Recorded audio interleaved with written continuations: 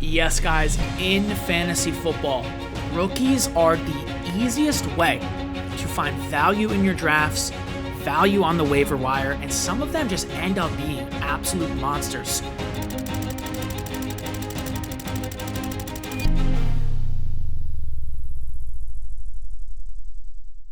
If you remember, in years past, right, Justin Jefferson was struggling in training camp, not starting, didn't look good in preseason. We know what happened. Devon Achane was too small. Raheem Mostert, this and that. We know what happened. And yes, even last year, Brock Bowers, tight end 1 overall. You could even do Sam Laporta the year before, but we all knew Brock Bowers was a monster. Still went in the 9th round. Look how silly we look now. So for 2025 fantasy football, let's get into some rookies who I think are undervalued, right? We're not going to be talking about Ashton Genty, Marion Hampton, guys like that who are appropriately valued, but some guys who are maybe a bit more in the sleeper role and should be valued higher. And there are a few mid-round picks, but I just think they are still undervalued. So the first guy on the list is Colston Loveland, the new tight end 1 for the Chicago Bears. At the moment in preseason, we're seeing a little bit of a split between Kmet and Loveland, but Loveland has dominated the targets and the receiving in that role so far. So, Colston Loveland, last year, he had the best college target share for a tight end of all time. It was over 34% at Michigan. It really was. I mean, at 1/3 of the passing plays, more than 1/3 went to Colston Loveland. It was truly a simulator for the Loveland machine. Last year also, 99th percentile dominator rating, 3.5% drop rate, extremely low on the drop rate, extremely high on the dominator rating.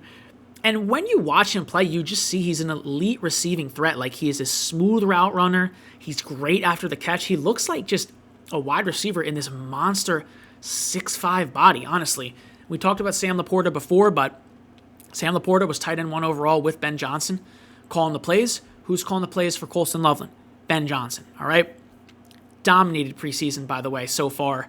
That one drive Caleb Williams had for like 97 yards, Loveland was a big part of it. Designed play for him kind of out of the backfield. He caught a ball, and then a big play over the middle. So seems to be doing it all already. He's a great late-round pick, Loveland is, in drafts. You get a Kelsey, pair him with a Loveland, right? You get an Njoku, an Ingram, pair him with a Loveland later on. Okay. Now, the next guy is Quinshon Judkins, and we're also going to talk about his teammate. Well, I guess not teammate yet, but Dylan Sampson. So let's begin with Judkins. So legally, he's been, let off of these charges, I guess, where he's not going to go to jail or anything. Okay, whatever. I'm not a lawyer, so forgive me. But long story short, the NFL is doing their own investigation into his actions, and the Browns are reluctant to give him a guaranteed money deal. So right now, he is not signed with the Browns yet. I think that we should be drafting Judkins as a back half of the season player.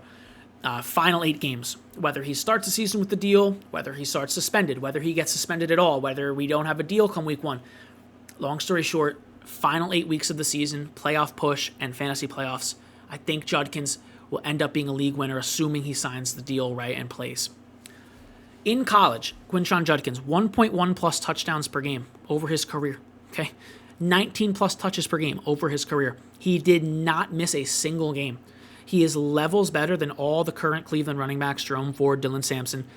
And the Browns have a 5-star schedule, A-rated backfield schedule according to Fantasy Pros this year. Now, he's not playing right now. So who does that leave? It leaves Dylan Sampson, who also is a slept-on rookie going late in drafts. Very late, round 10, round 11, which is fine, but he's a fantastic pick there. He's going to start the season as the Browns' lead running back alongside Jerome Ford. Actually, in the last preseason game, we actually saw Sampson take work ahead of Ford. And again, I'm recording this video on the early morning of August 25th, so a lot can happen between now and when you guys see it. I mean, you'll probably see this like 5 days from now. So if Quinshon signed, maybe the NFL did their thing with him and told him he'll be suspended, whatever. Maybe some news happened. Who knows? But long story short, this backfield for the Browns is very valuable for fantasy this year, especially if Flacco is the QB. I'm not going to sit here and act like it's the Lions' backfield, but if Flacco's the QB, they have a good passing game, decent offensive line. This is a valuable role, and Sampson will have it to start the season most likely, so Sampson is also a target. and he's a rookie. Okay.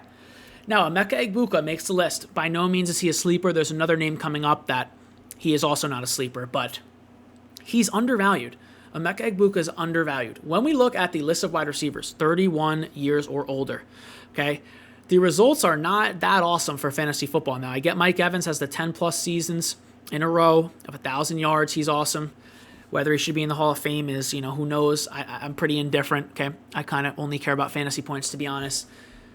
But the age cliff for receivers, 31 years old, 32 years old, we rarely see greatness. We rarely see top 5, top 6, top 10 seasons. Very rare, all right? Emeka Egbuka comes in, the Ohio State record holder for fantasy football, for wide receiver career in receiving yards and receptions. I mean, what else do you want? He will start the season as the Bucs wide receiver 2 in week 1 alongside Evans. So this isn't even about Evans. Let's say Evans does something amazing and finishes top 5, right? At 31 years old, going into 32. No problem. Egbuka is still a value, even in the 7th round where he's going. He really should be like a 5th rounder, going with the likes of Jameson Williams, George Pickens, Cortland Sutton. Yes, I said it. That's where he should be going, in that high-end wide receiver 3, wide receiver 20 to 30 range in drafts, and he is not. So if he's sitting there in the 6th round, make the pick, dude, if you need a wide receiver. Both Evans and Godwin ranked top 10 wide receivers in fantasy points per game last year. Godwin is supposedly getting activated off the PUP. We'll see if he's ready for week 1. I don't know. Probably not. McMillan is currently on IR. Is going to miss like half the season. So Egbuka is just like screaming value in drafts. And it really is just the discount. I mean, the rookie discount. Just because he's a rookie, we've never seen him play before, okay? He's still going in the 7th round. Should not be the case. Luther Burden III is the next player on this list, and this one is a bit more theoretical. Like I said, he is discounted heavily in drafts due to the Bears' crowded wide receiver room. We talked about Loveland before. He's a tight end, obviously, but he takes work from the wide receivers, okay? You have DJ Moore, Rome Odunze, and you also have Olamide Zaccheaus working out of the slot right now as the starter. Now, we did see Burden take 1 snap with the starters in the final preseason game. They played a half, so it's a lot of football. 1 snap is not exactly a lot, okay? But, he does things that the other receivers don't do here. Like, I would go as far as saying he's better with the ball in his hands than Zaccheaus. He is elite out of the slot. His production profile from the slot in college, insane. And he's just a yak machine. Not discounting Zaccheaus, very good player, honestly, on a per-catch basis. Very good. But Burden is really the guy we want to be drafting over Zaccheaus, because by the time we're starting Zaccheaus, we would be ready to start him. Burden is most likely going to be stealing a job. That's kind of how it seems right now. So Burden is the perfect complement, in my opinion, to Moore and Odunze, just of, like I said, the things he's able to do. Okay? Moving along, this is our next player on the list who is not a sleeper at all, but yes, is still undervalued. I posted a tweet that said Trevion Henderson should be drafted closer to Amarion Hampton than RJ Harvey. Right now, that is not the case. Right now, Harvey is top of the 5th round. Henderson's back of the 4th. Hampton is mid to early 3rd. Henderson should be that top of the 4th, late 3rd back. Ramondre Stevenson, guys, tied for the most running back fumbles last year. I think it was like Aaron Jones and Ramondre. They each had 6 or 7 fumbles lost. Henderson has never lost a fumble on 667 touches in college. You literally cannot show me a video of him fumbling the ball and the other team getting it. And he touched the ball almost 700 times in college. It's an insane stat. So Stevenson has the fumbling issue. Henderson doesn't fumble. Josh McDaniels, his offenses rank top 5 in RB target rate on average. His seasons in the NFL as an OC. He's now the OC for the Pats. His offense is ranked top 5 in RB target rate. Henderson is absolutely destroying the preseason, playing 3rd down, scored a touchdown in both games played, returned a kick for 100 yards, catching balls, looking very good. Even between the tackles, his touchdown against the Vikings was really a grown man tutty. So Henderson's looking awesome. And like I said, should really be back of the 3rd, early 4th. I think he's a full round away from where he should be being drafted. And he's not saying he's a sleeper, but he is undervalued. The next guy, Tyler Warren, is just like Brock Bowers light from last year, honestly. Like, the things I'm seeing here, it screams Brock Bowers 2.0. Now, let me just be very clear. Warren is not even close to the type of player Bowers is. Bowers is easily the best college tight end of all time, the best tight end prospect of all time. Was, metric for metric with Marvin Harrison Jr. in his best season in college. With that said, Warren did dominate college football last year in 2024.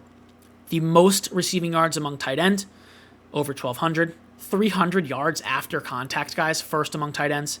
700 yards after the catch, 700, first among tight ends. And 18 broken tackles, first among tight ends. Plays a lot like George Kittle, honestly. And this preseason so far, with the Colts starters, he has played 97% of snaps. Through those first 2 games when the starters were playing, guys, he only missed 3 snaps out of 35 or something, or out of 40. I forget what it was, but yeah, huge role incoming. It's very easy to just turn the Colts preseason games on if you have NFL Plus is what I use, and just simply watch the offense. I mean, you can sit there and count 30, 40 plays and be like, damn, he has left the field for rewind. Wow, only 3 of them. Pretty insane. So Tyler Warren is just going to get that workload to start the season. Very talented player. Going inside the top 90 picks, I prefer him to Loveland. Loveland's around 120, I think, in that 10th round. So yeah, Warren is an every week starter, in my opinion, immediately. There are a couple other guys who I'd like to talk about, some rookies. Bill Krosky-Merritt, Ja'Cory Krosky-Merritt, again, has risen tremendously in drafts into that 8th, 7th round, and I even still think that that's discounted. I think he should be in the 5th or 6th round. He's going to step into that B-Rob role, that Brian Robinson role, alongside Austin Eckler, but he's better, most likely, than Brian Robinson, more explosive as a rusher, so we shall see. Ollie Gordon II is the number 1 late-round running back to be drafting right now, the handcuff for Devon Achane, who's currently injured, supposedly ready to go for week 1, but we'll see. Jarquez Hunter seems like he's winning the Kyron Williams backup role from Blake Corum. We got to monitor that.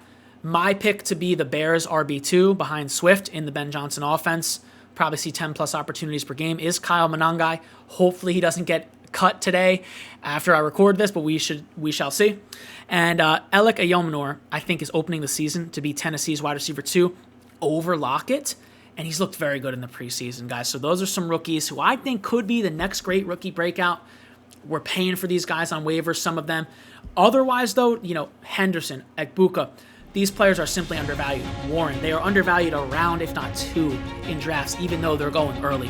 I hope you guys enjoyed, guys, this video today. Capitalize on these rookie discounts, man. They will pay off. All right, peace.